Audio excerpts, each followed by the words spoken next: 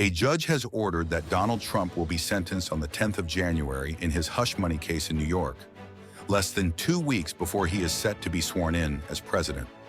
New York Justice Juan Merchan signaled he would not sentence Trump to jail time, probation, or a fine, but instead give him an unconditional discharge, and wrote in his order that the president-elect could appear in person or virtually for the hearing. Trump had attempted to use his presidential election victory to have the case against him dismissed. The president-elect has posted on social media dismissing the judge's order as an illegitimate political attack and calling the case nothing but a rigged charade.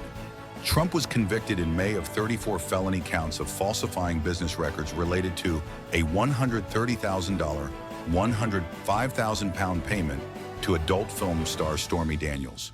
The charges related to attempts to cover up reimbursements to his ex-lawyer, Michael Cohen, who in the final days of the 2016 election campaign paid off the adult film star to remain silent about an alleged sexual encounter with Trump.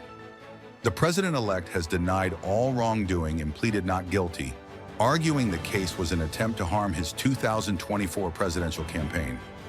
In the post on his Truth Social platform on Saturday, Trump said the judge's sentencing order goes against our Constitution and, if allowed to stand, would be the end of the presidency as we know it. Trump's spokesperson, Stephen Chung, earlier called the order part of a witch hunt. President Trump must be allowed to continue the presidential transition process and to execute the vital duties of the presidency, unobstructed by the remains of this or any remnants of the witch hunts, Chung said. There should be no sentencing, and President Trump will continue fighting against these hoaxes until they are all dead. In his latest motion against the case, Trump had argued the case would hang over him during his presidency and impede his ability to govern. Justice Merchan said he had been advised of several measures he could employ that could assuage Trump's concerns about being distracted by a criminal case while serving as president that fell short of the extreme remedy of overturning the jury's verdict. His options included delaying the sentencing until Trump, 78, leaves the White House in 2029, or guaranteeing a sentence that would not involve prison time. Trump had initially and unsuccessfully argued the case against him ran afoul of a Supreme Court ruling on presidential immunity. In July, the country's top court ruled that presidents have broad immunity from criminal prosecution for official actions they take while in office. However, last month, Justice Merchan ruled Trump's hush money conviction was valid. Trump is currently set to be the first convicted felon to serve in the White House. He may attempt to appeal against the conviction after the sentencing.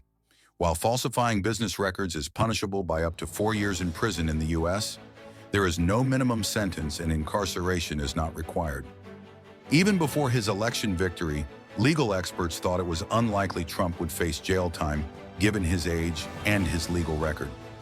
Trump has also been charged in 3 other state and federal criminal cases, one involving classified documents and 2 relating to his alleged efforts to overturn his loss in the election of 2020.